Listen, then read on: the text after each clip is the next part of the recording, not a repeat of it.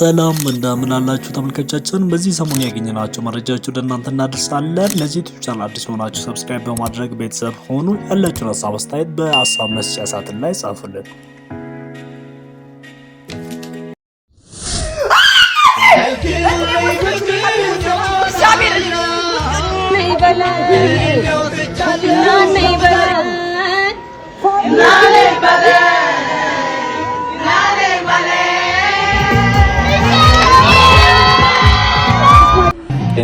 ጭራሽ ብሶ አይናውቷል በቅቶታል በቅቶታል አይዞሽ በቅቶታል አይዞሽ አይዞሽ አይዞሽ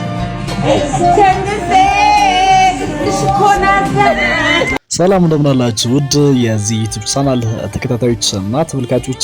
እንደሚታወቀው እንግዲህ ጃኒ ከጆን ዳንኤል ጋር ነበርች እናውቃለን። ጆን ዳንኤል እስር ቤት ከገባ በኋላ ደግሞ ከአዶናይ ጋር ፍቅር ውስጥ እንደገቡና ከአዶናይ ጋርም ጥሩ ጊዜ እያሳለፉ እንደሆነ እናያለን። ነገር ግን በቅርብ ጊዜ አንዲት የነሱ ፍቅር እንቅፋት የሆነች ከጀርመኒ መጣለች። እሷም ደግሞ ማን ትባላለች? ረዲት ትባላለች። ረዲት ማለት እቺ ነች። ረዲት ከጀርመኒ መጣ ከአዶናይ ጋር ቪዲዮ ሰርቶ ነበርና በዛ እንዳጋጣሚ እንደውም አዶናይ ቪዲዮን እንትን ላይ ሲለቅ ቲክቶክ ላይ ሲለቅ ኮሜንቱን ኦፍ አድርጎ ነበር፣ ሰዎች ኮሜንት እንዳይሰጡ። ነገር ግን ተመልሶ በእንትን ላይ ሲለቀቅ በፌስቡክ ላይ ብዙ ሰዎች ደግሞ ሀሳባቸውን ሰጥተው ነበርና ከጃኒ ይልቅ ከረዲት ጋር ቢሆኑ አብረው ያምራሉ ወይም አብረው ይሄዳሉ የሚሉ ብዙ አስተያየቶችም ተሰጥተው ነበርና ጃኒ እንደሚታወቀው ከጆን ዳንኤል ጋር ፍቅረኛሞች ነበሩ። ጆን ዳንኤል ከዛ በኋላ ግን አንድ ናዮ የምትባልን ወደዳት። ከሷ ነው ልጅ የወለደው።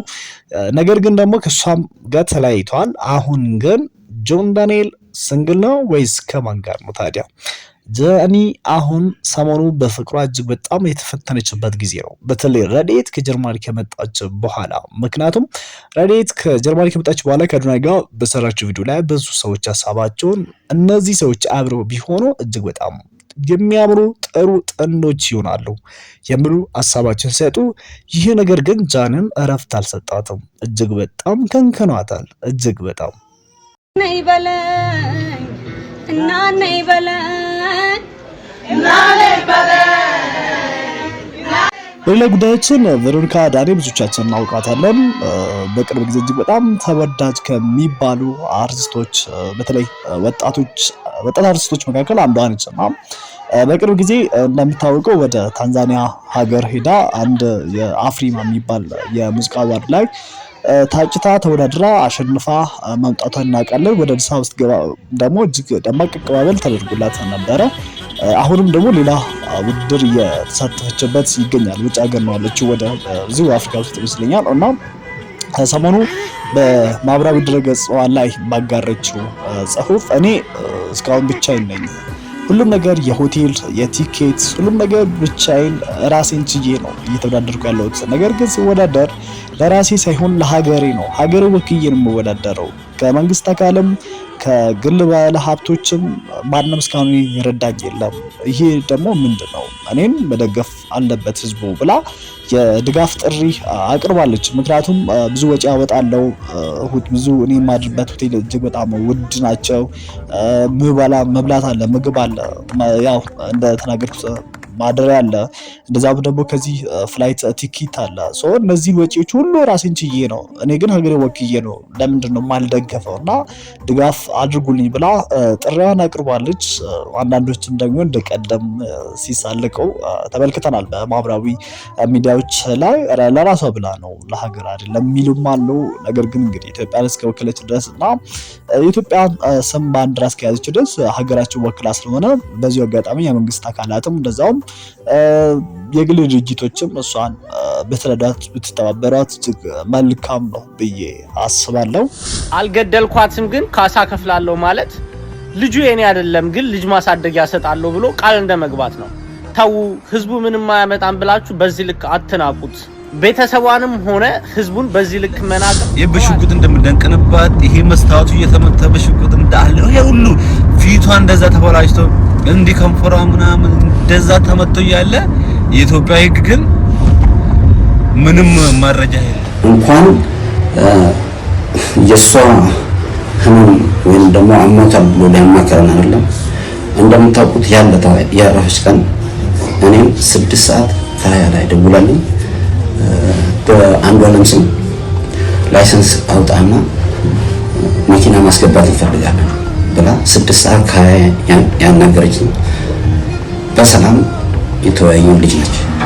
ሲቀጥል እሷ ያንን ብላ 9 ሰዓት ላይ ያረፈች ልጅ ከ9 ሰዓት ጀምሮ እስከ ጠዋቱ 12 ሰዓት ተኩል ድረስ ከቤት አንስተው ሆስፒታል ወስደው ሆስፒታል ቤተሰቦቿ የእሷ ቅርብ ዘመዶች የሉ ሲባል ዘመድ እዚህ የላትም፣ ገጠር ነው ያለው የእሷ ዘመድ ያሉት።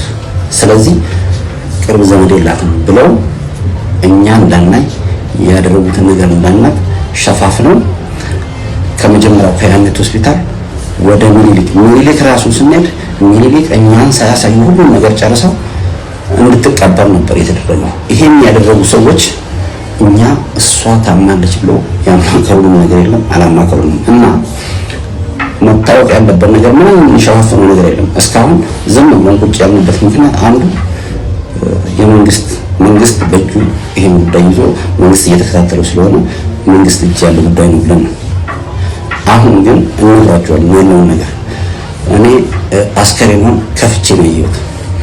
አስከሬኗ ላይ ምንም አይነት ስብራትም ሆነ ደምም ሆነ የተለያየ ጉዳት አልደረስም። ከዛም ያክል ፎቅ ላይ የወደቀ ሰው ደግሞ ይሰባበራል፣ ብዙ ነገር ይደርስበታል። ስለዚህ ማለት ነው አንዱ ቀነኒ እቤት ውስጥ ነው የሞተችው። እቤት ውስጥ ሞታ ነው አቅፈው መሬት ጥለው አወርደው እንደዚህ ሞተች፣ ራሷን ጣለች የሚሉት እንጂ እሷ እንደዚህ አይነት ሀሳብ ላላቸው ሰው እንኳን መድኃኒት ነች።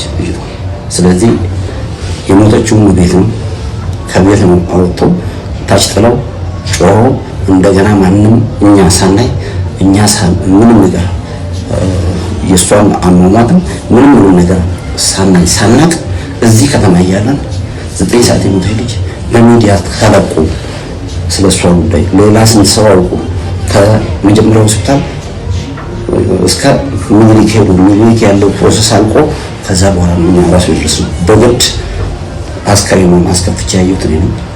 ምንም ነገር ላይ ጉዳት አልደረሰም፣ በቤት ውስጥ ነው ያረፈችው የሚል ኮንክሉዥን ላይ ነው የደረስነው። ስለዚህ ሲቀጥል ደግሞ ማለት ነው እንደዚህ አይነት የውሸት ፕሮፓጋንዳ እየተነዛ ህዝቡን ወዳልሆነ አመለካከት እንዲሄድ መደረግ የለበትም። እንደምታውቁት ባለፈው አባገሮች ልቆ ቁም ይከፍላለሁ እና ሽምግልና አስታውቁ ብሎ ሲልም ነበር። ያልገደለበትም ቁም የሚከፍልበት ነገር የለም። እንደዛ ያለው አባገሮች ምትኛን ቤተሰብ እንፋዘርኛ እንደዛ ካሉ በኋላ አሁን ግን እንዲያለበተው አላልኩም ብሎ ዋሸ ማለት ነው። ይሄን ህዝብን የማረጋጋት ያክል የሚታየው። ሁለተኛው ትልቁ ነገር ደግሞ የቀነኒ ትንሹ ወንድም ደግሞ ሊበን ወጥቶ እሱ በተናገረው ነገር እና ለማም ያውቃል ሊበን ያውቃል ብሎ ባለው ዙሪያ እሱ ትክክለኛውን መልስ ሰጠ። እሱ ትክክለኛውን መልስ በሰጠ በተለያየ አቋምና በተለያየ ህዝብ አመለካከታቸውን እሱ ዳይቨርት ባደረገው የተለያየ ትችት እየደረሰበት ነው። ከትችት አልፎ ማስጠንቀቂያ እየደረሰበት ሊበን ማለት ነው። እዚህ ልጅ ላይ ምንም አይነት ጉዳይ ቢደርስ ምንም አይነት ሌላ ነገር ቢደርስ ይሄን ያደረሰው ሌላ ሳይሆን የምናውቀው አንድ ሰው ነው። ስለዚህ በሌላ ሰው ቢደርስ ይሄን ነገር የሚያደርገው እሱ ስለሆነ የኢትዮጵያ ህዝብ በጠቅላላ በዓለም ላይ ያላችሁ ታውቁልን በቤተሰቡ ላይ ምንም አይነት ጉዳት ቢደርስ ከዛ ከአንድ ሰው ጭንቅላት ማንወጥ መሆኑን እንዲታወቅ እንፈልጋለን። ፍትህ ለቀነኒ። አሁንም ከጎናችን ስላላችሁ እናመሰግናለን። ይህን ለማለት ነው። አመሰግናለሁ።